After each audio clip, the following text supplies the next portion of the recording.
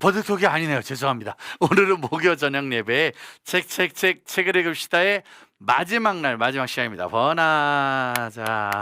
자, 오늘 저녁은 저희가 30분 일찍 찬양을 시작했습니다. 나누고 싶은 이야기들이 좀 많기 때문에 조금만 더 시간을 할애해서 찬양대로 뜨겁게 저희가 50분 달렸고요. 이후의 시간도 나누도록 하겠습니다. 여러분들 이번 달에 저희가 추석 전까지 책을 읽읍시다 특집 쭉 이었는데 어젯밤 이무미 선교사님 그리고 오늘 우리 김성준 교수님까지 여러분 어떠셨어요? 이번에 책 특집 방송들 좋았나요? 좋았다고 댓글 쓰지 않으면 방송을 진행하지 않겠습니다. 여러분들께서 더 많이 응원해 주시고 좋아해 주시고 함께 해 주셔야 되지 않을까. 좋았지요. 감사합니다. 우리 이하영 집사님 아니었으면 이 방송을 시작하지 못할 뻔했네요. 아무튼 우리 다음 세대에게 복음을 전할 때 뭐 음악의 통로도 있고 그리고 여러 예배의 통로도 있지만 새로 나오는 신간 도서들 또 좋은 믿음의 도서들이 누군가에게 전해지는 아주 좋은 믿음의 통로 되지 않을까 생각합니다. 우리 김윤수 선생님 좋고 말고요. 자, 우리 번개탄 가족들 아무튼 지금 빨리 한 분 들어오셔서 오늘 밤 책을 읽읍시다 가을 특집은 마지막 아마 뭐 앞으로도 계속 신간 도서와 여러 좋은 믿음의 도서는 소개하는 시간을 갖게 되지만 특별히 이번 가을 개학과 동시에 시작한 이 시리즈는 오늘이 마지막 방송이 되도록 하겠습니다. 이번에 오늘 마지막 방송은 오랜만에 모셨습니다. 저희 뭐 번개탄에 사실 설교로는 계속 와주고 계시지만 설교할 때는 또 이렇게 몸이 못 오시기 때문에 항상 궁금했었던 우리 김성준 교수님 모셨습니다. 교수님. 반갑습니다. 네, 반갑습니다. 네, 안녕하세요. 건강히 잘 지내셨어요? 네, 몽구 경주님 반갑습니다. 네, 언제 들어도 좋은. 네, 교수님 근황 좀 소개해 주셔야죠. 네, 저는 지금 학교 다시 개강해서 열심히 신학생들을 가르치고 있습니다. 여전히 뭐 비대면 상황이라서 학교 수업은 100% 온라인으로 진행하고 있고요. 근데 이제 온라인으로 진행하다 보니까 또 할 수 있는 것도 많이 있는 것 같아요. 오히려 더 학생들과 이제 온라인을 통해서 상담도 많이 하게 되고 또 필요한 회의들도 온라인으로 계속 시간 제약 없이 할 수 있게 돼서 오히려 일은 더 많아지지 않았나 그런 생각이 듭니다. 네, 오히려 일은 더 많아지지 않는다는 말씀 속에 많은 피곤함이. 잠깐만, 애들도 우리 네. 대학생들도 뭐 우리 자녀들도 온라인 수업 너무 힘들어 하지만 네. 교수님들 입장에서도 네. 코로나 시대 수업이 만만치 않고 어때요? 어떤 차이가 좀 많이 어, 차이가 나요, 교수님? 그 초창기랑 지금이 다른 것 같습니다. 초창기랑 예, 네. 초창기에는 학생들이 그냥 교수님 불쌍하다, 참 고생 많다 이렇게 봤는데 네. 지금은 1년 반 정도 됐으면 실력이 어느 정도 돼야 되지 않겠어요? 이런 뉘앙스가 있는 것 같아요. 영상을 우리가 뭐 촬영하거나 줌을 할 때도 PPT 만드는 거 그 안에서 요즘에는 이제 뒤에 배경을 띄워놓고선 하거든요. 그래서 카메라도 제 얼굴이 크게 나왔다 작게 나갔다 컨텐츠에 따라서 다르게 이런 변형되고 변화시키는 이런 기술들을 학생들이 원하는 것 같더라고요. 그러니까 제가 보기엔 조만간에 대면 수업은 될 것 같아요. 왜냐하면 많은 교수님들이 차라리 만나게 해달라고 만나서 얘기하는 게 훨씬 더 네. 교육에 집중할 수 있는데 컴퓨터 시대는 사실은 또 컴퓨터를 또 잘 만져야 되니까 네. 그 어려움이 좀 있습니다. 맞습니다. 자, 아무튼 학생들도 힘들지만 교수님들도 아주 다해서 지금 준비하고 있다는 거 잊지 마시길 바라고요. 일단 오늘 목사님의 책은 너는 커서 어떤 나무가 될래. 우리가 사실은 조금 그 교수님 책 지난번에 사자 이야기 때문에 네네. 약간 이 책을 묻고 갔었거든요. 예. 네, 왜냐면 근데 김성준 교수님 하면 사실 대표적인 책이 이 책이거든요. 네. 대표적인 게. 네. 자, 이 책 어떤 책인가요? 젊은 목사가 젊은이에게 쓴 책인데 네. 어떤 내용의 책이에요? 예, 이 책은 사실 오늘 뭐 신간은 아니고요. 네네. 제가 2016년도에 쓴 책입니다. 그래서 그때는 뭐 지금보다 더 젊었으니까 젊은 목사가 젊은이에게 해당될 것 네. 같고요. 그래서 저는 우리 특히 이제 청소년 친구들 그리고 청년들 보면서 이들이 하나님 기뻐하시는 모습으로 잘 자라야 될 텐데 네. 그러한 젊은이 사역들을 하면서 고민들이 있었던 것 그렇죠, 같아요. 그렇죠. 그래서 좀 편안하게 선배 입장에서 한번 책을 써보자. 선배 입장에서. 예, 뭐 교수도 아니고 뭐 목사도 아니고 선배 입장에서 신앙의 선배 입장에서 그러한 이제 마음을 가지고선 썼어요. 아, 근데 고민을 했는데 이 책을 보시면 반말로 썼습니다. 반말로. 젊은 목사가 젊은이한테 하는 거니까 존댓말 하기 좋은. 난 어차피 너의 형이야. 네, 너의 선배로서 오빠야, 달라요. 선배야 이런 의미로. 예, 예. 근데 나무라는 표현을 썼네요. 네, 네. 후배들을. 예. 뭐 여러 가지가 있을 텐데 나무라고 하신 이유가 있다면. 나무는 자라니까요. 아, 나무는. 네. 오늘 진지하게 할까요? 재밌게 할까요? 상황 봐가지고. 상황 좀 목사님 봐가지고 만나면은 재밌게 하고 싶어요. 우리들이 눈치껏 이렇게 상황 봐가지고 저도 사실 네. 그거는 지금 간을 보고 있거든요. 예, 예. 이 나무는 어떤? 네. 진지하게 먼저 하겠습니다. 진지하게 먼저. 당연히 교수님 방송인데 진지하게 해주셔야죠. 네네. 그 나무는 음. 씨를 뿌리고 그 다음에 점점 자라잖아요. 그 자라가는 과정을 가지고선 음. 어떻게 하면 우리 다음 세대 우리 귀한 사람들이 잘 자랄 수 있을까? 거기서 모티브를 얻어서 나무라고 표현을 했습니다. 계속 자라가야 되니까. 계속 자라야 되니까. 네네. 그 교수님 같은 경우에는 나는 어떤 나무다. 나는 만약에 내가 나무라면 나무가 종류가 많잖아요. 나는 나무가 종류가 많으면 네. 교수님 같으면 저 어떤 나무? 저는 이제 원하는 나무가 있어요. 원하는 나무가. 네네. 어떤 나무? 두 가지인데요. 네. 한 가지도 아니고 두 가지인데. 하나는 진지한 거, 하나는 웃긴 거구나. 하나는 진지한 거, 하나는 웃긴 거. 하나는 소나무. 소나무. 소나무는 그 이미지 자체가 행복하게 해주잖아요. 네. 기분이 좋잖아요. 네. 깔끔하고. 그러네. 예. 그래서 그냥 소나무가 되어주고 싶은 우리 후배들한테 후배들한테. 나의 모습을 보면 김성중 목사님처럼 바르게 자라고 싶다. 그런 마음이 있었으면 좋겠고. 원래 사실 교수님은 좀 반듯했잖아요. 학창시절 할 때부터 사실 뭐 네. 크게 사고 친 거 없이 네. 반듯 이렇게 내면은 힘들었는데. 그래도. 내면만 힘들었지. 그 내면에 힘든 건 아무도 안 보이니까 그건 본인이 해결한 문제고 네.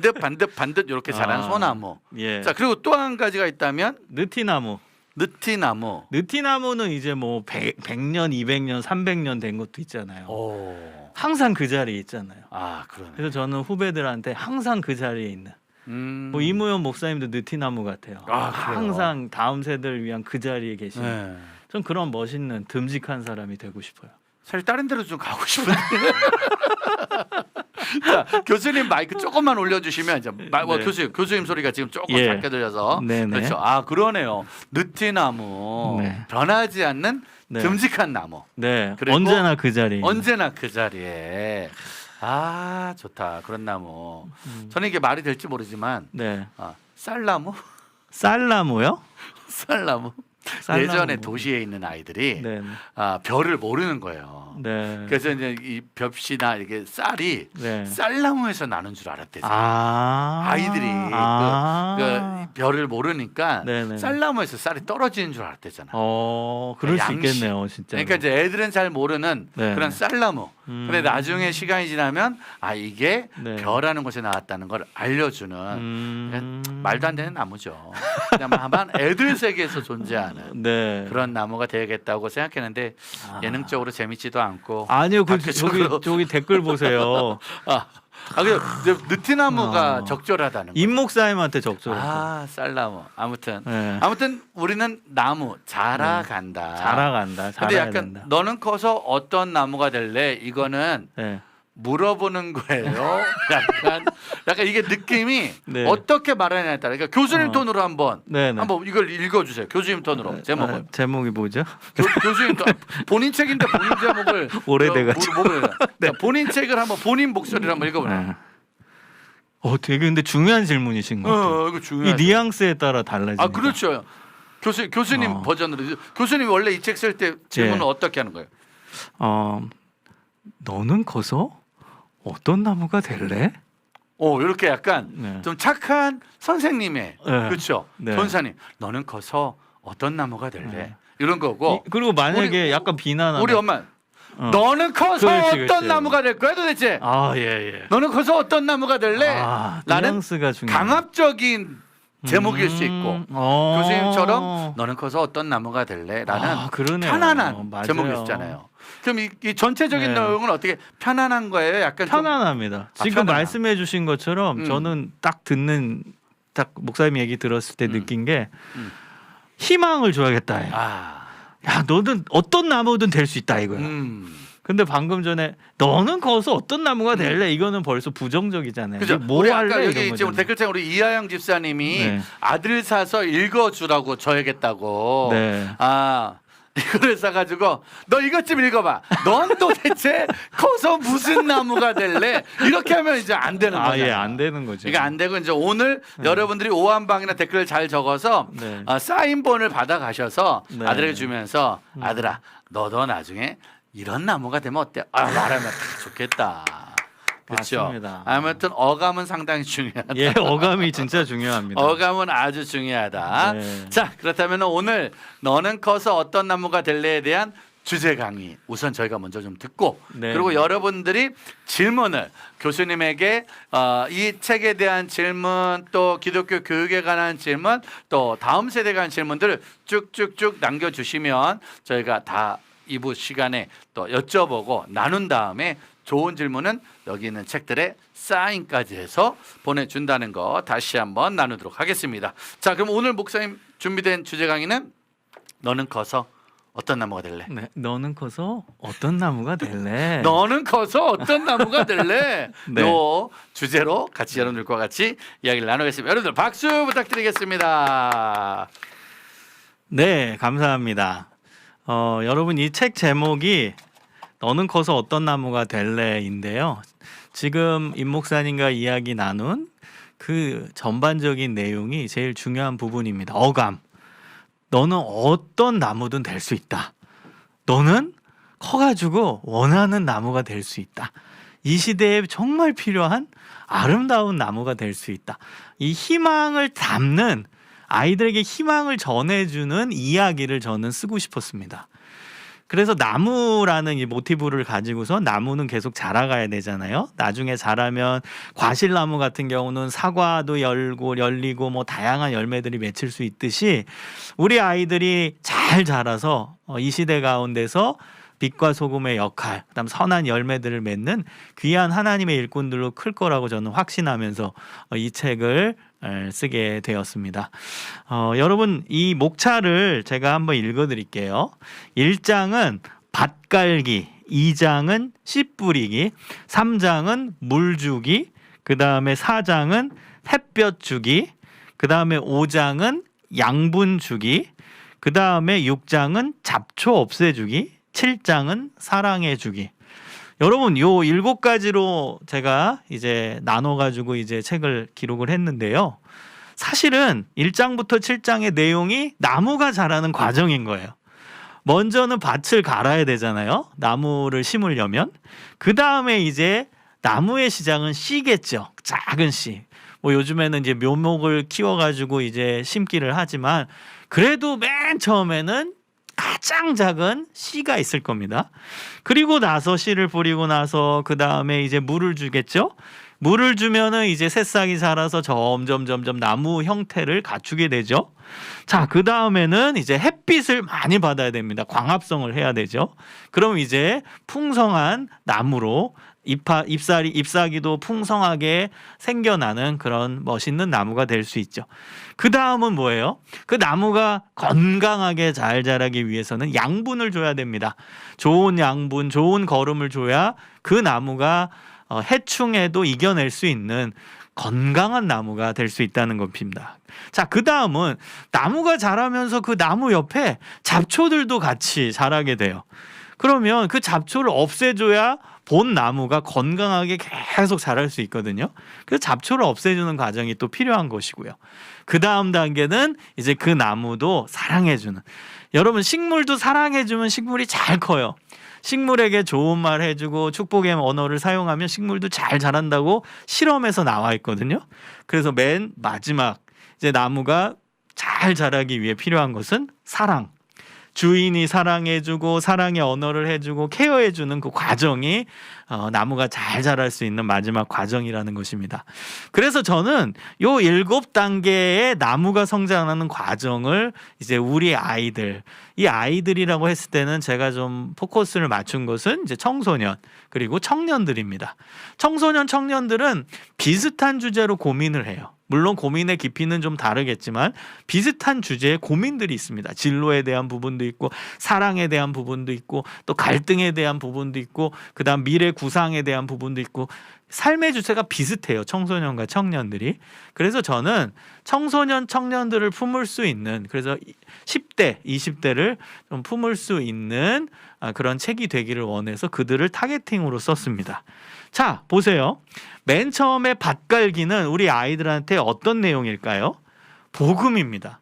여러분, 복음이 제일 중요하기 때문에 복음으로 새로워지는 게 필요하고, 그 다음에 씨를 뿌리는 것은 복음이 심겨지면 그 다음 사명에 대한 깨달음이 있겠죠. 내가 어떠한 사람으로 살아갈 것인가. 그 다음 세 번째, 물 주기는 이제 잘 나무가 자라기 위해 필요한 과정이기 때문에 우리 아이들에게는 정직과 성실을 알려주는, 정직과 성실이 인격이잖아요. 그 인격을 알려주는 내용을 넣었습니다. 그 다음에 햇볕 주는 거, 그래서 건강하게 잘 자랄 수 있도록 인도하는 것은 저는 봉사라고 생각을 했어요. 그래서 우리 아이들이 봉사할 수 있는 사람이 될 수 있게 도와주고 싶었습니다. 그 다음에 이제 양분을 주는 거, 거름을 주는 거, 그래서 나무가 건강하게 자랄 수 있게 하는 것은 인생의 멘토가 그 역할을 해줄 수 있다고 봤어요. 그래서 우리 아이들한테 좋은 멘토가 주변에 있어야 되고 좋은 멘토를 만나야 한다라는 점을 알려주고 있습니다. 그 다음에 이제 잡초가 옆에서 이제 나무 옆에서 자라날 때 그 잡초를 없애줘야 나무가 건강하게 올곧게 자랄 수 있거든요. 그것은 저는 유혹이라고 봤어요. 그 잡초가. 그래서 우리 아이들 주변에 유혹이 많은 거예요. 그 유혹을 뿌리칠 수 있어야 나무가 건강히 자랄 수 있는 것처럼 우리 아이들이 건강한 사회인으로, 건강한 신앙인으로 자랄 수 있다라고 봤습니다. 그 다음에 이제 사랑해주기. 그래서 저는 이걸 말로 봤어요. 사랑의 언어, 천국의 언어를 사용하는 것이 우리 아이들한테 필요하다. 그러면 건강한 믿음의 사람으로 온전해질 수 있다라고 보면서 나무와 우리 아이들을 대비하면서 이렇게 글을 쓰게 되었습니다. 그래서 아까 제가 잠시 말씀드렸듯이 이 책은요, 그 반말로 썼어요. 그래서 반말이 우리 아이들한테 기분 나쁘게 다가가는 게 아니라 내가 너희의 선배다, 인생의 선배다, 신앙의 선배다, 인생의 걸음을 먼저 간 선배로서 살아보니까 이런 것들이 중요하더라, 그런 뉘앙스를 담아서 쓰고자 했기 때문에요. 그래서 저는 좀 반말 형태로 썼어요. 우리 애들이 편안하게 선배의 이야기를 듣는 그런 느낌을 가질 수 있도록 썼습니다. 자, 제가 먼저 여러분, 우리 어른들은 우리 자녀들한테 멘토가 되어야 한다, 이 부분을 말씀드리고 싶어요. 책 내용은 아니지만 제가 왜 멘토라고 저를 생각하고 이 책을 읽는 독자를 멘티라고 생각했거든요. 그러면 멘토가 어떤 사람인지를 알아야죠. 그 안에, 그 내용 안에 바로 제가 이 책을 왜 썼는지에 대한 그 이유가 담겨 있다는 것입니다. 여러분, 멘토는요, 선생님이 될 수도 있고 부모님이 될 수도 있고 선배가 될 수도 있고 어떤 사람도 우리 아이들의 멘토가 사실은 될 수 있어요. 나이가 많이 차이 나는 사람도 괜찮고 심지어는 뭐 한두 살 차이 나는 선배도 사실은 멘토가 될 수 있습니다. 그래서 멘토의 자격은 나이는 아니에요. 그래도 기본적으로는 우리 애들보다는 나이가 1살 이상은 더 많은 친구 관계에서는 멘토가 될 수도 있지만 쉽지는 않거든요. 그래서 어쨌든 최소 조건은 그래도 물리적인 나이가 우리 자녀들보다는 좀 더 있어야죠. 그게 멘토의 자격입니다. 그 외에는 멘토의 자격이 그렇게 뭐 철저하게 누가 멘토가 되냐, 이 부분에 대한 물리적 조건은 없습니다. 다만 제가 이제 말씀드리고 싶은 것은 멘토가 갖추어야 할 자세, 멘토가 갖추어야 할 자질은 있다라는 것입니다. 그것은 눈높이를 맞춰줘야 돼요. 눈높이. 여러분, 눈높이 교육이라고 많이 들어보셨죠? 눈높이를 우리 자녀들한테 맞춰주는, 우리 청소년들에게, 우리 대학생들한테 맞춰줄 수 있는 사람이 멘토가 될 수 있는 자격입니다. 여러분 멘토랑 정말 비슷한 단어가 하나 있습니다. 그게 뭐냐면 코치입니다. 코치. 코치랑 멘토는 비슷한 단어입니다.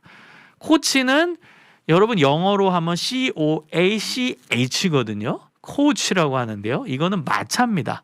마차를 뜻해요. 영어 사전에서 찾아보면 마차입니다. 여러분 중세 마차가 처음 만들어진 곳을 헝가리라고 얘기합니다. 헝가리에 있던 도시 이름이 바로 코치였습니다. 그래서 코치하면 마차인 거예요.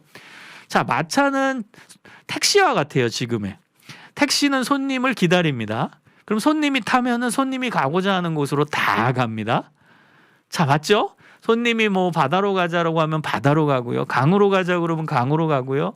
피곤해서 집으로 다시 가자 그러면 다시 집으로 돌아오게 됩니다. 그래서 여러분 코치, 이 마차는 바로 부모가 될 수도 있고 교사가 될 수도 있고 선배가 될 수도 있어요. 그리고 그 마차를 탄 손님이 바로 우리 아이들이 되는 것이죠.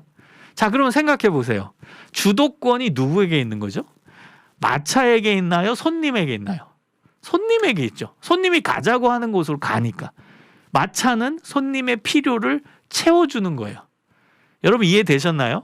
그 마차가 바로 우리의 부모님이 될 수도 있고 교회 학교 선생님이 될 수도 있는 거고 대학교 선배가 될 수도 있는 거고 어른이에요. 우리 애들의 어른. 그 사람이 멘토인 거예요. 코치는 그 역할을 하는 겁니다. 멘토와 가장 비슷한 단어가 코치라고 말씀드렸죠. 코치는 손님의 필요를 채워주는 그 손님이 바로 우리 아이들이니까 우리 아이들의 눈높이에 맞춰서 우리 아이들의 실제적인 필요를 채워주는 역할을 하는 사람이 코치, 멘토인 겁니다. 여러분은 이 멘토의 역할, 이 코치의 역할을 온전히 하고 계십니까? 우리 자녀들한테? 혹은 지금 이 채널을 이제 보고 계시는 교회학교 선생님이 계시다면 우리 교회학교 내가 맡은 아이들에게 진정한 코치로 지금 다가가고 계시냐는 거예요. 멘토로 다가가고 계시냐는 겁니다. 멘토는 우리 애들의 눈높이를 맞춰서 그들의 실제적인 필요를 채워주어야만 하는 것입니다. 그래서 저는 고민을 했어요. 이 책을 쓸 때. 우리 애들의 필요가 뭘까? 어떤 필요가 있을까? 그리고 그 필요를 아이의 언어로 아이가 이해할 수 있는 눈높이에서 어떻게 잘 설명해 줄 수 있을까? 그 고민을 하면서 이 책을 쓰게 되었습니다. 자, 구체적으로 제가 이제 장마다 내용들을 간단하게 한번 설명을 드려볼게요. 자, 첫 번째 장이 밭갈기고 저는 그것을 복음이라고 봤어요. 좀 더 구체적인 이제 제목을 달았는데요. 그것은 복음으로 새로워지자입니다. 여러분 우리 아이들에게 있어서 제일 중요한 게 뭘까요? 기독교 신앙에서 제일 중요한 게 뭘까요? 그건 바로 복음이죠. 우리 애들이 복음으로 새로워져야 됩니다. 그런데요, 저도 이제 아이들을 많이 만나봅니다. 청소년 아이들도 많이 만나고 청년들도 많이 만나는데 복음을 잘 몰라요. 너 복음이 뭔지 알아? 라고 질문을 하면 뭐 예수님께서 뭐 우리를 위해 십자가 지시고 그리고 머리 긁적거려요. 예수님이 죽으시고 뭐 부활하셔서 뭐 그런 거 아니에요? 머리 또 긁적거려요. 복음이 뭐냐라고 물어보면 다 10초 안에 답변이 끝나요. 얘네들은요 복음에 대한 메시지를 많이 듣기는 들었는데 잘 몰라요. 복음의 내용과 복음의 논리와 복음이 나에게 어떤 영향을 미치는지 그 인과관계를 잘 모릅니다. 그래서 여러분이 복음에 대한 명확한 이해가 있어야 되고요. 저는 그 부분을 아이들의 눈높이에 맞춰서 체계적으로 정리하고 싶었어요. 그래서 1장은 제가 복음이 뭔지를 정확하게 이제 제가 연구하고 그래서 논리적으로 아는 범위 안에서 저는 이제 복음 교육, 복음으로 이제 교육하고 복음을 전하는 게 제 사명이거든요. 뭐 여러분의 사명이기도 하고요. 그래서 그것을 정말 애들의 눈높이에 맞게 정리하는 게 중요하다고 봤어요. 그래서 1장은 복음이 뭔지에 대한 아이들의 눈높이에서 정확하게 제가 정리를 했습니다. 그래서 아이들이 이 1장을 읽으면 이게 복음이구나. 그래서 우리는 예수님의 자녀가 되었구나. 우리는 예수 그리스도를 말미암아 구원을 받았구나라는 것을 깨달을 수가 있는 겁니다. 그래서 여러분 요 1장을 보시면은 복음이 뭔지. 저는 이 책을요, 우리 애들뿐만 아니라 우리 부모님들 또 교회 학교 선생님들도 보시면 좋을 것 같아요. 또 청년 리더들도 보시면 좋겠고요. 뭐 목사님들도 보셔도 돼요. 그래서 애들 눈높이에 맞춰서 복음을 설명하는 게 어떻게 진행될 수 있을까? 1장을 보시면 그 힌트를 알 수 있을 것 같습니다. 자, 그 다음에 이제 2장으로 넘어가면 사명을 심자라는 주제. 이것을 씨 뿌리기로 봤어요. 나무에서 씨를 뿌려야 나무가 자랄 수 있는 것처럼 이 부분을 저는 사명으로 봤습니다. 여러분, 우리 청년들, 청소년들이 복음으로 무장되잖아요. 복음으로 자기가 구원받았음을 깨닫는 순간부터는 나는 이제 하나님을 위해 살겠다. 저는 청소년, 청년 수련회를 많이 인도하는 사람입니다. 저는 굉장히 좋아요. 왜 좋아하는 줄 아세요? 아이들이 하나님을 온전히, 청소년, 청년들이 하나님을 만나잖아요. 그 다음 단계는 저는 이제 하나님을 위해 살겠습니다. 예수 그리스도의 복음을 위해 제가 헌신하겠습니다. 결단하게 돼요. 너무나 그 모습이 감동적이고 얼마나 큰 은혜가 되는지 모릅니다. 여러분, 복음을 만난 사람은 다 바울같이 됩니다. 정도의 차이는 있지만 바울같이 변해요. 여러분도 그렇잖아요. 내가 예수님 만나고 이제 예수님 증거하는 사람이 되겠다. 예수님의 기쁨을 위해 살겠다. 예수님의 복음을 위해 헌신하겠다. 그런 결단을 하게 되지 않습니까? 그게 사명입니다. 그래서 복음을 만나면 그 다음은 사명을 깨닫게 돼요. 제가 정의하는 사명은 하나님을 기쁘시게 하는 겁니다. 하나님을 기쁘시게 하는 내 삶의 과제, 내 삶의 모습이 사명이야. 여러분도 다 사명이 있어요. 그러나 우리의 사명은 하나님을 기쁘시게 하기 위해, 예수님을 기쁘시게 하기 위한 삶의 모습과 과제가 있는 겁니다. 사람마다 그건 다르겠죠. 예수님의 기쁨, 하나님의 기쁨이라는 이 주제는 똑같지만 그것을 구현해내는 모습은 달라요. 왜? 삶이 다르니까. 여러분의 삶이 있고 저의 삶이 있고, 그래서 여러분의 삶 속에서 하나님을 기쁘시게 하는 모습이 있고 제 삶에서 하나님을 기쁘시게 하는 모습이 있는 거예요. 우리 아이들도요, 커서 하나님을 기쁘시게 하는 모습이 있어요. 삶을 통해서. 그리고 그 삶 속에서 하는 일을 통해, 다양한 직업을 통해, 그 다음 나아가는 진로의 방향을 통해, 그 다음 전문성을 통해 하나님을 기쁘시게 하는 삶을 살게 될 것입니다. 이것이 사명입니다. 그래서 그 사명을 깨닫는 구체적인 방법들, 구체적인 팁들을 제가 이론적인 것뿐만 아니라 실제적인 내용들을 다 여기에 수록을 해놨어요. 어떻게 우리 아이들이 사명을 발견할 수 있을지 그 내용들을 기록을 했습니다. 자, 그 다음에 이제 아이들이 이제 사명까지 발견했어요. 그 다음은 뭐가 필요할까요? 이젠 인격입니다.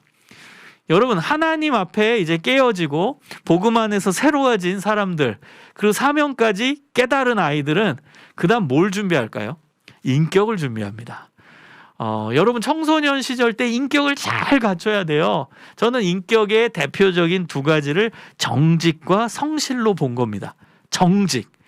여러분, 정직은 거짓의 반대이죠. 거짓된 행동, 거짓된 말, 거짓된 생각의 반대가 정직입니다. 우리 애들은 정직으로 무장해야 돼요. 우리의 삶에 거짓을 없애야 됩니다. 그게 인격의 가장 중요한 요소입니다. 그 사람이 하나님께서 쓰실 만한 정결한 그릇이 되는 겁니다. 그래서 저는 정직에 대한 이야기를 그 3장에서 제시해뒀고요. 정직의 또 다른 의미 하나가 있습니다. 성경에서 발견할 수 있는.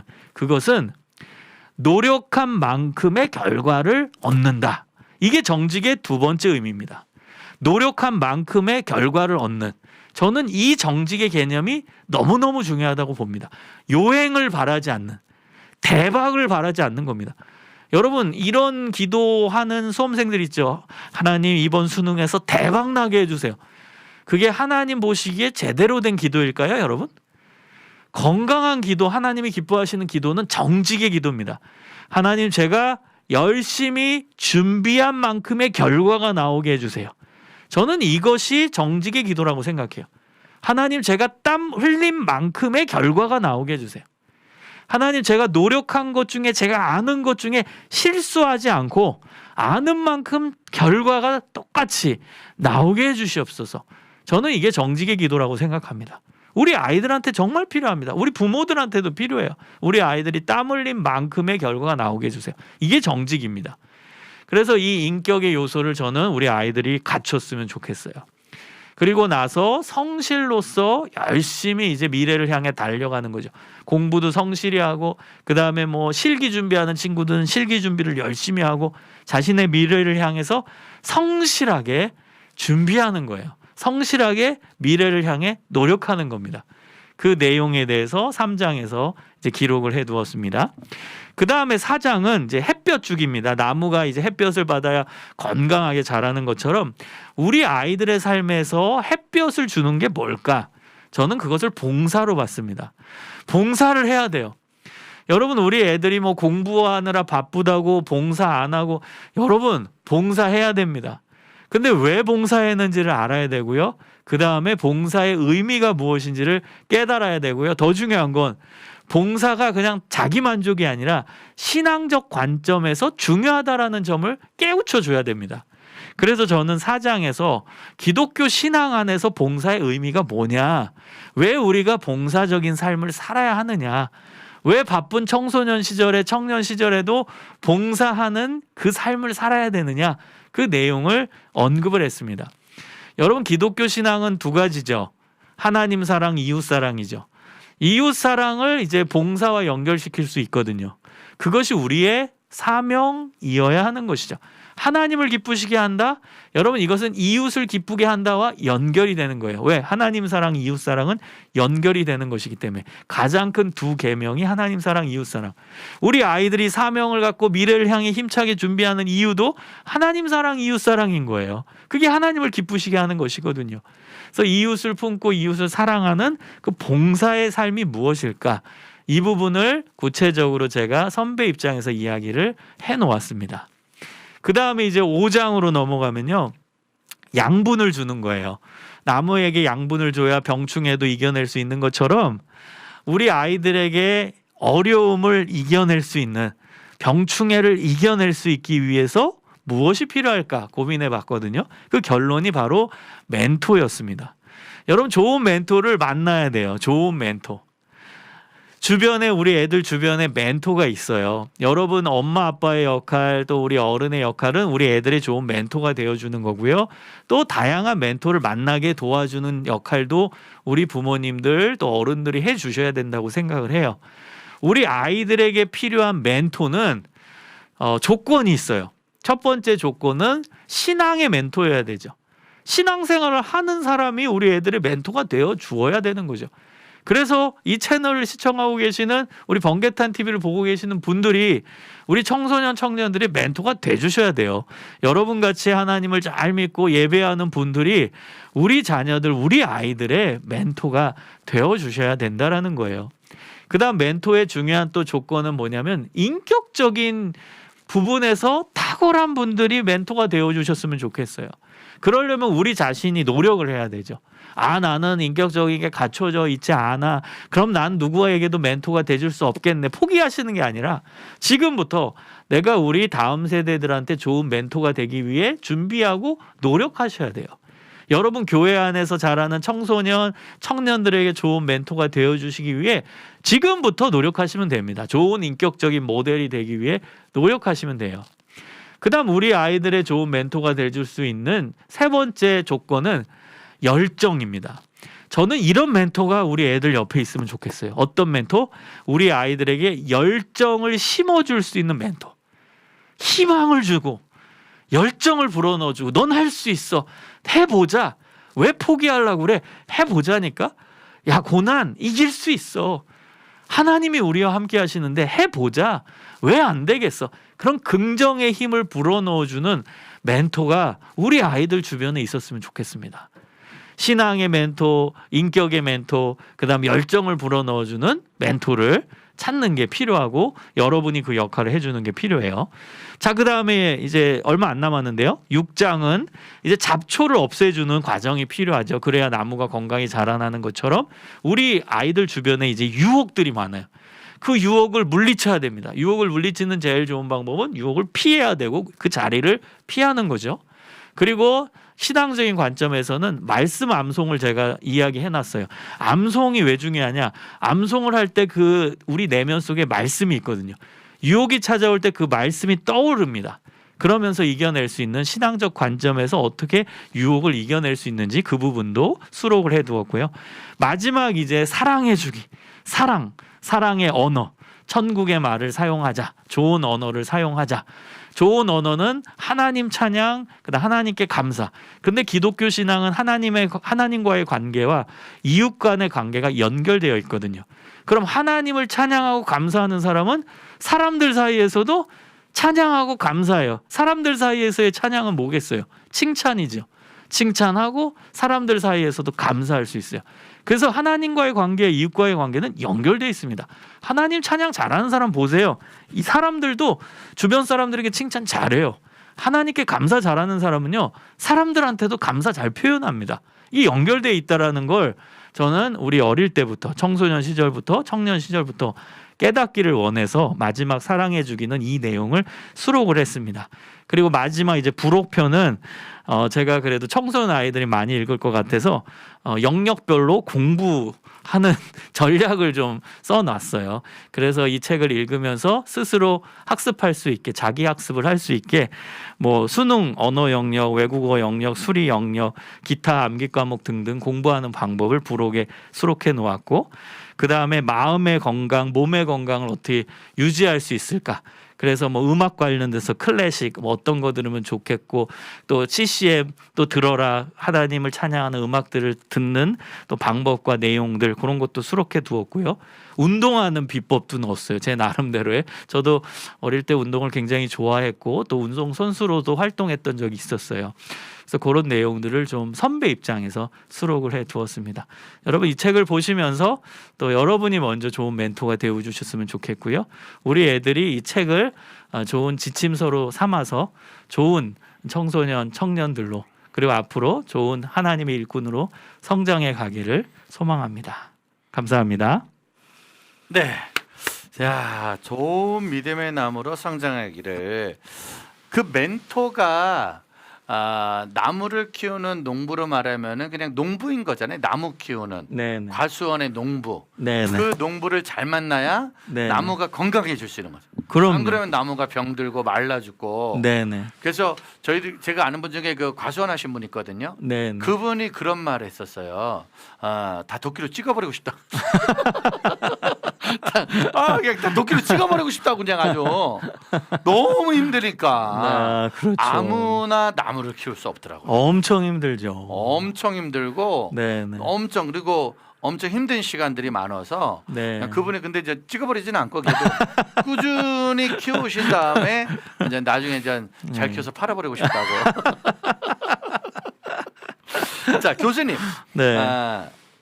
너는 커서 어떤 나무가 될래? 자녀나 제자들과 후배들과 이야기잖아요. 네. 근데 요즘 중고등학생들이 네. 다르잖아요. 그렇죠. 아까 교수님 목소리 톤으로 한번 네. 제가 중학생이라고 생각하고 한번 그 질문을 한번 해봐 주시면 제가 애들 목소리로 한번 해볼게요. 너는 커서 어떤 나무가 되고 싶어? 뭐래? 뭐래? 뭔 나무? 몰라, 나 하고 싶은 거 없어. 없어. 진짜. 그러니까 요즘 아이들 문제가 맞아요. 하고 싶은 게 없는 게. 네. 너 무슨 나무? 뭔 나무야? 나 사람이야. 이해도 못하고 네. 하고 싶은 게 없는 애들이 너무 많아요. 예, 맞습니다. 이거 어떻게 부모들이 대화가 안 되면 네. 애들이 하고 싶은 게 하나도 없어. 그냥 나는 그냥 시간 묻지도 마. 나 게임할 거야 지금. 네. 이것만 하고 싶어 할 때. 요걸 어떻게 조금이라도 더 도움을 줄 수 있을까요? 근데 지금 목사님이 진짜 정확히 말씀하신 거예요. 청소년 10명한테 너 나중에 뭐 할래? 물어보면은 몰라요. 없어요. 하고 싶은 거 없어요. 그렇게 얘기하거든요. 한 6, 7명은요.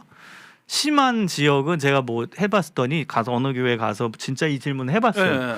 근데 10에 6은 그렇게 답을 하더라고요. 모르겠다. 안 하. 나 할 거 없다. 근데 그래서 저는 이제 또 연구하는 사람이니까 따로 또 애들 상담을 좀 하거든요. 그런 친구들은. 그러면 많은 경우가 마음에 어느 정도 상처가 있는 거예요. 그 상처는 비교 평가에서 온 거예요. 그러니까 얘네들은 하고 싶은 게 없는 게 아니라 있는데 무시당한 거예요. 학교에선 점수로 무시당하고 그다음 집에 와도 엄마도 다른 애들과의 점수로 예. 무시해버리니까 아 나는 할 수 있는 게 없구나. 예. 나는 쟤보다 못하네. 나는 우리 반에서도 쟤보다 공부도 못하고 내가 무슨 대를 가겠냐? 무슨 과를 가겠냐? 아우 난 하고 싶은 거 없어 못해. 그러니까 저는 그걸 비교 평가에서 많이 찾아요. 비교 평가가 근원적인 원인이다. 그런데 저는 부모님들이 많이 보고 계시니까 부탁드리고 싶은 건 학교에서는 어쩔 수 없어요. 점수 갖고 대학 보내야 되니까 맞아요. 비교 평가가 없을 수가 없습니다. 얘네들은 학교에서도 비교 평가 속에 스트레스 받는데 집에까지 와서 엄마 아빠까지 그렇게 비교 평가를 해버리면 얘네들은 이제 특히 뭐 잘하는 애들은 상관없지만 좀 본인이 못한다고 객관적으로 혹은 상대적으로 그런 친구들은 희망을 잃고 그럼 난 뭐 해도 안 되네 할 거 없네 자기 자신을 그렇게 매도하고 아유 그러니까 게임이나 하자 뭐 내가 뭘 하겠냐 그런 결과로 가게 된다라는 거죠. 그래서 저는 비교 평가를 좀 부모님들이 좀 안 하셨으면 좋겠어요. 씨앗을 뿌린 다음에 그 나무가 바로 열매 맺는 거 아니니까 네네네. 좀 자랄 때까지 좀 기다려주고 네네. 그래서 그런가 그 과수원하셨던 분이 네. 그런 얘기 하더라고요. 많은 열매를 맺는 나무도 중요하지만 값진 열매를 맺는 나무가 더 중요하다. 그럼요. 왜냐면 많은 열매를 맺으면 네. 싸다네 그게. 많은 걸. 근데 하나라도 튼실하게 맺으면 아주 네. 비싼 열매가 될 수 있다고. 그럼요. 그 비싼 열매 저희한테 주시지 않으셨어요. 항상 떨어진 열매, 얼마 안 되는 열매를 많이 주셨는데 네. 그럼 백화점에 들어가는 복숭아 나무였는데 복숭아 네. 아주 굵직한 나무. 그거는 아주 값진 상품이 되는 거라고.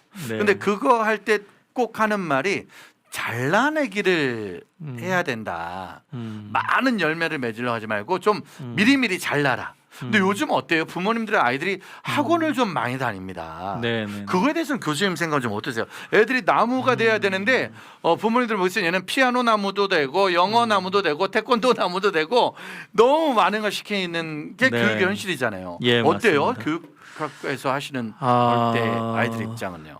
근데 저는 이제 부모님들을 이해하는 면은 있습니다. 왜냐하면 첫 번째 이런 부모님들이 있어요. 기회를 많이 주자 우리 애들한테. 뭐 태권도 학원도 다니고 수학 학원도 다니고 기회를 주는 거다 부모로서 이렇게 느끼는 부모님들이 계시고요. 네. 또 두 번째 부류는 이게 이 시기에는 좀 더 생각하고 좀 자기 자신을 돌아보고 놀기도 하고 그런데 얘네가 학원을 안 가면 공동체에서 얘네들은 왕따가 된다. 왜냐면 애들 다 그래, 맞아. 학원 애들이 가니까. 다 내 친구들 다 네. 하니까. 근데 얘만 안 가요. 얘만 집에 와요. 그러면 오히려 아이가 나 학원 보내주세요. 왜 나만 안 다녀? 이렇게 돼요. 그래서 어쩔 수 없이 엄마 아빠가 원하진 않지만 이 아이 나이 때는 안 가도 되는데 하지만 그 문화 가운데서 어쩔 수 없이 학원을 보내는 부모님들도 꽤 되거든요. 그래서 저는 이 상황 가운데서 일단 답은 없지만 제 개인적인 경험과 또 여러 가지 제가 연구한 바에 의하면요. 사실 공부는 자기 자신이 공부할 수 있게끔 멘탈을 만들고 공부할 수 있게 그걸 자기주도 학습이라고 하는데요. 네, 맞아요. 그 부분을 케어해 주는 게 사실은 학원 보내는 거에 100배, 1000배 중요한 거라고 생각을 하거든요.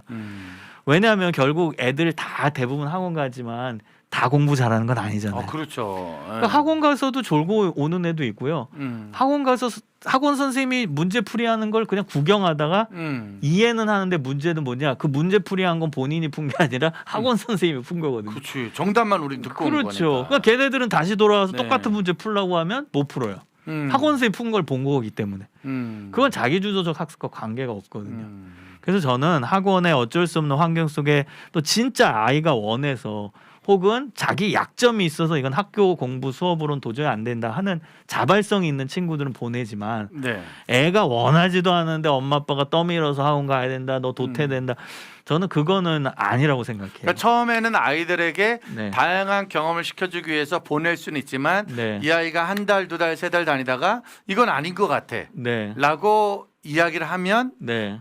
그거와 싸우지 말고 이 아이 의견도 좀 존중해주는. 그럼요. 아이들이 좋아할 수 있는 게 있고 또 싫어할 수 있는 것도 맞아요. 있잖아요. 그러니까 무조건 학원 안 보내는 것도 문제 다 정답이 아니라 네네. 어쩌면 기회를 주기 위해서 보내는 건 괜찮다. 네. 그러나 그 다음에도 강제적으로 부모가 아 그럼요. 그 그건 아이가 아니죠. 사과 나무인데 배가 열리게끔 마구마구 하는 거는 네, 오히려 네. 더 안 좋을 수도 있다. 예. 게다가 요즘에는요. 그 문제집에 이렇게 QR 코드들이 다 있더라고요. 네. 보면 그거 찍으면 바로 동영상 강의가 나와요. 아. 그런 시대입니다. 네. 그래서 사실은 굳이 뭐 물론 학원 보내야 되는 아이들도 있어요. 자기가 원하면. 근데 본인이 학원을 안 가고 싶다 그러면 문제집 풀면서 그 QR 코드 찍어서 영상을 통해서 어려운 문제들은 다 해설이 나와요. 영상 강의들이. 그런 것도 다만 활용하시면 지금 부모님들이 네네. 자녀들을 학원 보내는 문제의 네. 가장 큰 문제는 학원을 안 보내면 집에 있어서 그런 부분도 있죠. 그런 부분들이 네네. 부모님과 자녀 어떻게 교수님 같은 경우에는 자녀들과 집에 있을 때 네. 대화라든지 네. 이게 또 나무에게 물 주는 거 네. 또 뭐 비료 주는 거 이런 것도 어느 정도 적절하게 해야 되잖아요. 예, 근데 예. 부모님들이 이걸 또 잘 못할 수 있어요. 네네. 교수님 어때요? 집에 있는 자녀와 네. 또 나름대로 그 많은 분들이 기독교학과 교수님이니까 예, 아, 예. 집에서도 우리 자녀를 기독교육적으로 잘 양육하는 거라고 생각할 수 있잖아요. 그렇죠. 근데 저는 아이한테 음. 좀 학업 관련된 이외의 예의, 사람으로서의 인격 그런 부분을 더 많이 얘기했던 것 같고요. 자신의 학업이나 공부 또 하고 싶은 거 요거는 아이 자율성에 많이 맡겨요. 그래서 저희 아이가 사실은 딸이 바이올린을 하는데 네. 전혀 부모가 그거에 대해서 하라 말안 안 했거든요. 근데 아이가 그냥 취미로 하게 해달라고 하더니 너무 잘하는 거예요. 그래서 계속 그걸 하고 있는 거예요. 본인이 찾아서. 근데 저희가 했던 역할은 너가 하고 싶은 거를 잘 찾아봐라. 격려하고 지지했던 그 부분밖에 없었던 것 같습니다. 격려와 지지. 네. 그런데 이제 그러면서도 대화를 자꾸 시도하고 얘기할 때 잘 따라오는 편인가요? 아유 아니죠. 아, 그건 또 아니구나. 자기 독창성이 있고 자기 개성이 있으니까요. 아, 다행이다. 안 맞죠. 저 집 딸만 착했을까봐. 아유 아니죠. 뭐 난리죠. 제가 뭐 이 책 말고 사자 웃으며 키우기 서론에도 말씀드렸지만 이 책의 내용이 나를 위한 거다 이렇게 네. 전 썼거든요. 결국에는 어느 집이나 다 똑같죠. 네, 맞아요. 네. 청소년 사역자들이 자기 집 청소년들은 없었으면 좋겠다고 생각할 때가 상당히 많기 때문에 제가 저희 아들 대학 보낼 때 그런 마음이었잖아요. 빨리 대학 보내서 네. 모든 우리 아이의 미래는 교수님들이 책임지게 하자.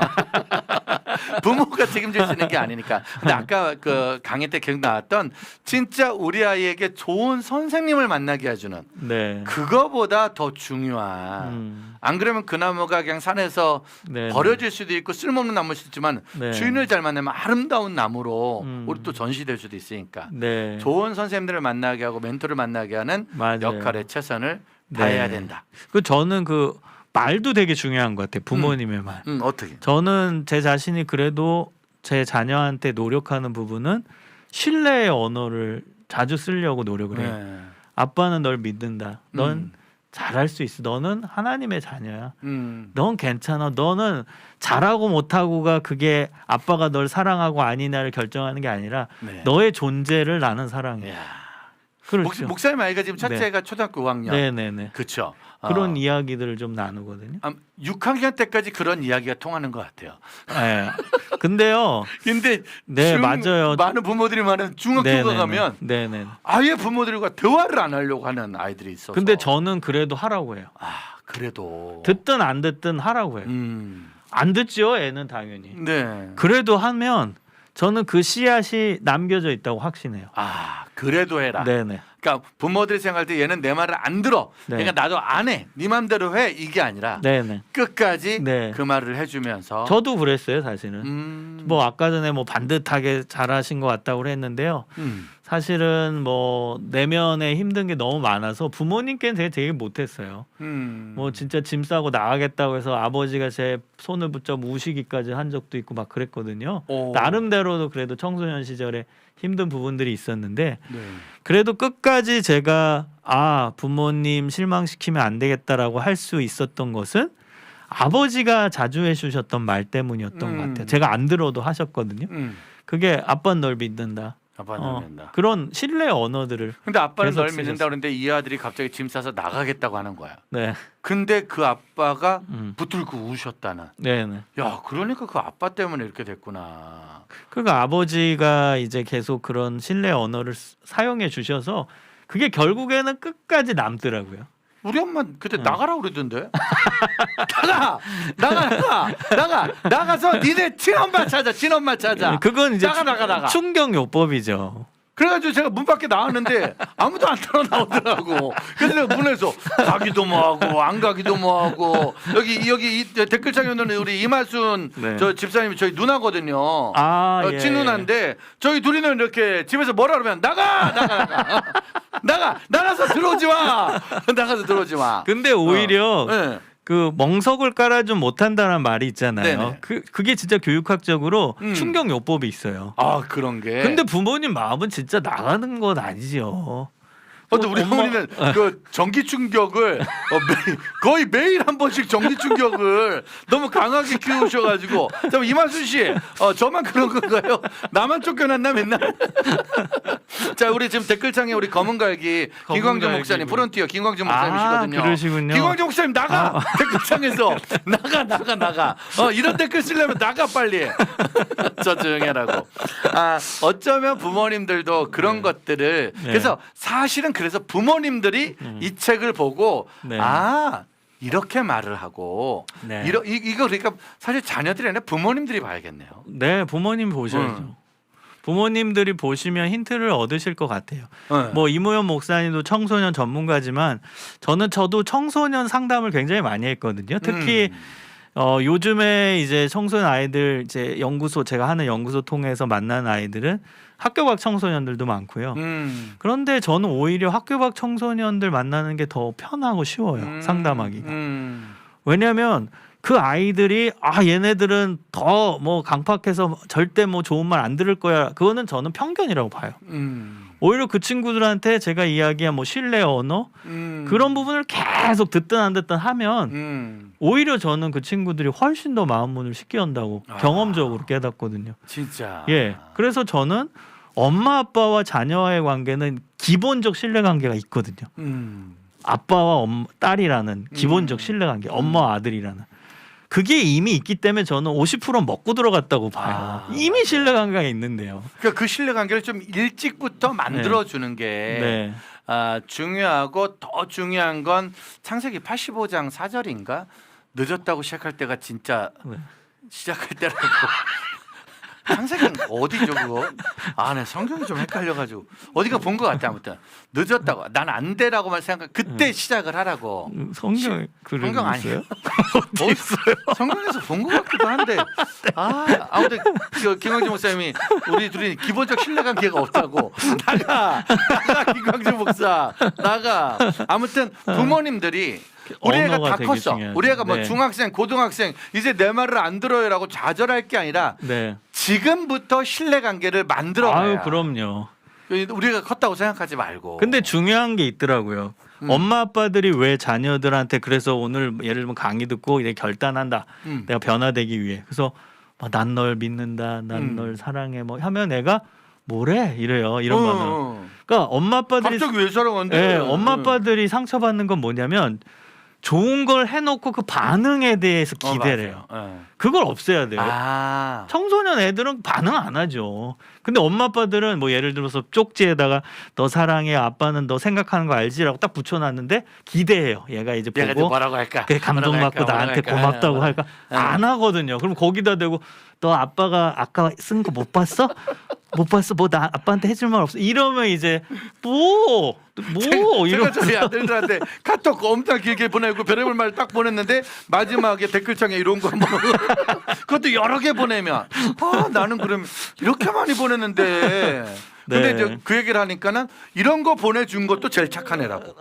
그럼 아예 안 하죠. 읽고 애들. 연락 안 하는 애들 안 하죠. 거기에 저는 실망하지 않으셨으면 좋겠어요. 맞아요. 그래도 얘네들은 마음속으로는 알지요. 왜 모르겠어요. 그러니까 부모님들이 자녀에게 뭔가를 해줄 때 기대하지 말고 그냥 끝없이 퍼줄 수 있는 마르지 않는 샘이 되시면 어느 날 그 샘물을 받아먹고 자란 아이들이 좋은 나무, 건강한 나무 돼서 또 부모님들을 또 이렇게 다 마지막에 잘 모시지 않을까 생각합니다. 그럼요. 아, 좋습니다. 자, 교수님과 함께 너는 커서 어떤 나무가 될래 아주 착한 말투로 말했던 책입니다. 여러분들 더 많이 사랑해 주시고요. 기도해 주시고요. 또 여러분들이 주변에서 꼭 이 책이 필요한 분들에게 잘 나눠 주셨으면 좋겠습니다. 자, 이제 마지막으로 교수님 지금 에듀파이어가 우리 강의 진짜 번개탄에서 저희들의 수준을 완전히 높여놓고 있거든요. 우리 방송 보시는 분한테 에듀파이어 네. 사역자들을 위해서 네. 기도해달라고 한마디만 좀 해주시죠. 네, 저희 우리 번개탄에서 우리 에듀파이어 계속 고정적으로 진행하고 있습니다. 저희 연구원들이 열심히 준비해서 촬영해서 이제 녹화가 나와가고 있으니까 여러분 많이 계속 성원해 주시고 그 채널 그 프로그램을 통해서 더욱더 많이 같이 배워가는 시간이 됐으면 좋겠고요. 그래서 다음 세대를 살리고 다음 세대를 온전히 잘 섬길 수 있는 좋은 어른들이 되었으면 좋겠습니다. 여러분 계속 응원해 주시고 사랑해 주시고 기도해 주시면 감사드리겠습니다. 네, 여러분 에듀파이어 우리 목사님들과 전사님들이 얼마나 열심히 준비하시는지 진짜 안 해본 분은 모르는 거예요. 그거 1시간씩 만들어낸다는 게 진짜 고생하고 수고하고 있으니까 밀린 에듀파이어 강의들은요 한 번 또 잘 들으셔서 앞으로 한국 교육, 기독교 교육에 좋은 대안책 문화가 만들어질 수 있기를 바랍니다. 오랜만에 번개탄에 오셨는데 어떻게 좀 더 많이 그래도 조금씩 발전을 하고 있나요? 그럼요. 우리 번개탄은 고향과 같습니다. 그냥 맞아요. 들어온 순간 포근해지는 따뜻해지는 행복한 저는 여기 올 때마다 네. 소풍 오는 것 같아요. 아, 맞아요. 교수님은 계속 못 오시고 이렇게 가끔 오시는 거지만 설교가 늘 오기 때문에 저희 번개탄 가족들은 매주 교수님 설교를 예. 또 듣고 있고 같이 네. 나누니까 늘 저희 번개탄의 최고의 가족 아니겠습니까? 자, 맞습니다. 우리 번개탄 위해서 계속 기도 많이 부탁드리고 가을 학기 교수님의 사역과 또 저희가 교수님 우리 번개탄 가족으로서 기도해야 될 것들이 있다면 어떤 기도 좀 같이 나눌까요? 네. 가을 학기 때 우리가 이제 뭐 위드 코로나 얘기하잖아요. 네네네. 그래서 지금 가을이 저는 제일 중요하다고 봐요. 코로나는 이미 익숙해졌고 그 다음에 위드 코로나라 됐을 때 이제 온 오프라인이 같이 되는 온라인 사역들이 이제 계속 일어날 텐데 이 부분에 대해서 한국 교회가 잘 대처하고 또 잃어버린 다음 세대를 다시 찾아오는 그 시점이 바로 이 가을이 아닐까 저는 생각합니다. 네. 그걸 위해 저도 노력할 것이고요. 우리 번개탄도 노력할 것이고 우리 한국 교회 다 같이 힘을 내서 잘 달려갔으면 좋겠습니다. 그것이 네. 기도 제목입니다. 함께 위드 코로나가 정말로 우리 현실 속에서 또 근데 위드 코로나 다음이 또 이어지는 게 위드 번개탄. 신기해. 예. 코로나가 계속 이어질수록 번개탄도 주변에 많은 분들. 그래서 교수님이 늘 기도해주고 같이 해주셔서 가시는 곳곳에서 또 번개탄 보시는 분들과 함께하는 네. 분들이 지금 늘어나고 있거든요. 네. 교수님도 기도해주시고 우리 번개탄 가족들도 우리 교수님과 번개탄 사역을 위해서 잊지 않고 기도해 주시기를 바라겠습니다. 자, 마지막으로 교수님 기도 저희 번개탄 한번 해주시고 저희들은 네. 이제 추석 연휴로 들어가도록 하겠습니다. 기도 한번 부탁드리겠습니다. 기도하겠습니다. 하나님 참으로 감사드립니다. 이 어려운 시국에 번개탄 TV를 세워주시고 번개탄을 통해서 많은 사람들이 하나님의 말씀을 듣고 예배를 사모하며 찬양의 은혜를 나누게 하시니 감사드립니다. 하나님 이 시국에 저희들 달려가오니 주님 지켜주시고 인도하여 주시고 우리 번개탄 TV를 통해서 죽어가는 생명이 살아나는 역사가 일어나게 하여 주시고 우리 다음 세대가 하나님의 능력의 손길을 경험할 수 있도록 인도하여 주옵소서. 우리 어른 세대들은 깨닫고 준비해서 우리 다음 세대를 온전히 품고 사랑할 수 있도록 인도하여 주시기를 소망합니다. 하나님 또 진행하시고 또 총괄을 맡고 계시는 우리 이무현 목사님에게 지혜와 은혜와 능력을 더하시고 또 많은 스태프들이 있사오니 헌신적으로 하고 있사오니 주께서 더 큰 은혜와 사랑으로 채워 주옵소서. 아멘. 방방곡곡 우리 어디 곳에서 전 세계에서 우리 번개탄 TV를 시청하면서 하나님의 은혜와 살아 역사하시는 하나님의 능력을 경험케 하여 주시옵소서. 아멘. 감사드리오며 예수 그리스도의 이름으로 기도합니다. 아멘. 아멘. 아멘. 감사합니다. 우리 교수님 너는 커서 어떤 나무가 될래? 책 읽읍시다. 마지막 손님으로 저희가 모셔서 함께를 나눴습니다. 아, 우리 배경하고 책하고 어쩌면 저렇게 잘 맞을지 캡처하셨어요. 여러분들 더 많은 분들에게도 많이 사랑 나누시기 바라겠습니다. 교수님 감사합니다. 감사합니다. 교수님 박수로 모시겠습니다. 감사합니다. 감사하고요. 자, 저는 교수님 잠깐 들어가서 대기하시면 저는 이제 오늘 마지막 광고하고 마무리하겠습니다. 여러분들 이제 다음 주가 추석 연휴가 월, 화, 수 이어지잖아요. 그래서 월, 화, 수 이어지기 때문에 저희가 이제 다음 주간은 우리 스태프들과 우리 사역자들을 어쨌든 코로나가 있을 때 늘 여기서 붙잡아뒀기 때문에 저희가 다음 주 화수목을 결방하게 되었습니다. 그래서 다음 주는 다시 보기 영상을 쫙쫙쫙쫙 올릴 테니까 다시 보기 봐주시길 바라고요. 아시겠지만 다음 주에 결방이면 제가 번개 방송을 할까요, 안 할까요? 자, 다솜아 목사님이 번개 방송을 할 것 같아요, 안 할 것 같아요? 아쉬워요. 그래서 다음 주에는 틈틈이 제가 번개 방송 통해서 한번 여러분들을 그래도 틈틈이 만날 수 있도록 최선을 다해 보도록 하겠습니다. 다음 주 번개 방송 할 것 같기도 하고요. 아무튼 잘 이어가도록 할 테니까 기대해 주세요. 오늘 이 저녁 예배 드리기 전에 문자 한 통 왔어요. 문자 한 통 왔는데 제가 읽어드릴게요. 안녕하세요. 저는 서울 모모모 교회를 섬기는 모모모 권사입니다. 오늘 번개탄 TV에 일시 사랑의 헌금을 보내드렸어요. 미약하지만 다음 세대들의 믿음을 위해 도움이 되었으면 하는 바람입니다. 추석 명절도 잘 보내시고 주님 안에서 늘 승리하세요 라고 연락이 왔네요. 권사님이 저희 방송을 보셨나 안 보셨나 저희 잘 몰라요. 저희가 늘 말하죠. 어느 분이 방송을 보는지 모르겠고 어떤 분들이 함께 하는지 우리 번개탄 가족들 매일마다 들어오시는 우리 찐 가족들은 뭐 사실 오늘 출연진들마다 다 놀란 어젯밤에 이무미 성교사님도 막 대단하다 우리 번개탄 가족들 또 콘서트 오시고 하신 분들마다 우리 번개탄 가족들 대단하다 계속 얘기하고 계시는데 놀라운 건 우리 번개탄 가족 말고도 누군가는 지금 보고 있고 듣고 있고 그리고 그들을 위해서 같이 기도하고 있다는 거 잊지 마시길 바라겠습니다. 자, 우리 번개탄 기도방 안내 한번 드릴게요. 아까 우리 번개탄 기도방 한번 카카오톡 기도방 오픈 채팅 한번 이미지 줄 수 있나요? 아까 우리 번개탄 기도방에 지금 가족분들이 73명이 있습니다.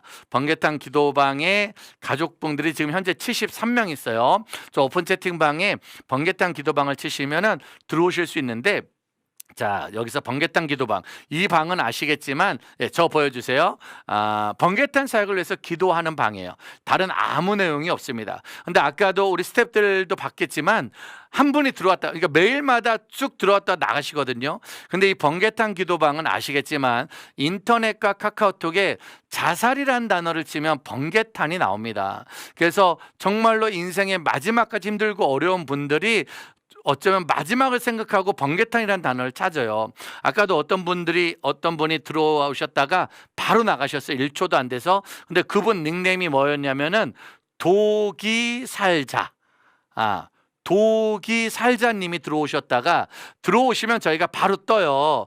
번개탄은 기도하는 방입니다. 다음 세대를 위한 방입니다. 함께 가는 방입니다. 근데 도기살자를 거꾸로 하면 뭐죠? 자살 기도가 되는 거예요. 그러니까 어쩌면 닉네임으로 자살기도라는 닉네임을 쓰셨던 분이 번개탄을 찾아서 들어오셨다가 깜짝 놀라서 왜냐면 거기 들어오면은 뭐 함께 막 힘들고 어려운 단어가 있을 줄 알았는데 기도합니다. 다음 세대를 위합니다 하니까 놀라서 바로 나가셨다고요. 우리 유튜브 방송도 네이버도 다음도 번개탄은 늘 자살이란 단어와 많이 관계가 돼 있습니다. 그러나 저희의 캠페인은 아시죠? 죽음까지 생각하고 마지막까지 생각했던 누군가가 검색을 했을 때 번개탄 찬양, 번개탄 말씀, 번개탄 기도, 번개탄 동역 이런 단어들이 나오면서 그들이 이전에 다녔었던 또 어디선가 들었던 하나님의 은혜를 다시 한번 깨닫는다면 그들의 마음속에 자살이 아닌 살자의 소망이 흘러가겠죠. 그래서 저희 번개탄 기도방은 지금 70분 정도가 한 분 한 분 계속 매일마다 기도해주고 응원해주고 있습니다. 여러분들이 기도해주시고 여러분들이 응원해주시고 마음 모아줄 때 하나님은 필요에 따라서 물질도 돕는 사람을, 사람도 돕는 사람을, 응원도 돕는 사람을 붙여줄 거라고 저희 믿습니다. 추석 연휴 잘 보내시고요. 저는 번개 방송으로 여러분들 다음 주간에 만났다가 그 다음 주간에 또 귀하고 아름답고 소망의 마음으로 다시 만나도록 하겠습니다. 우리 모든 스태프들 수고하셨고요. 우리 세인 선생님, 우리 편집팀들 감사하고 우리 모든 스태프들도 다음 주에 힘내시고 더 힘내서 승리로 달려가다가 우리 은혜로 다시 만날 수 있기를 소망합니다.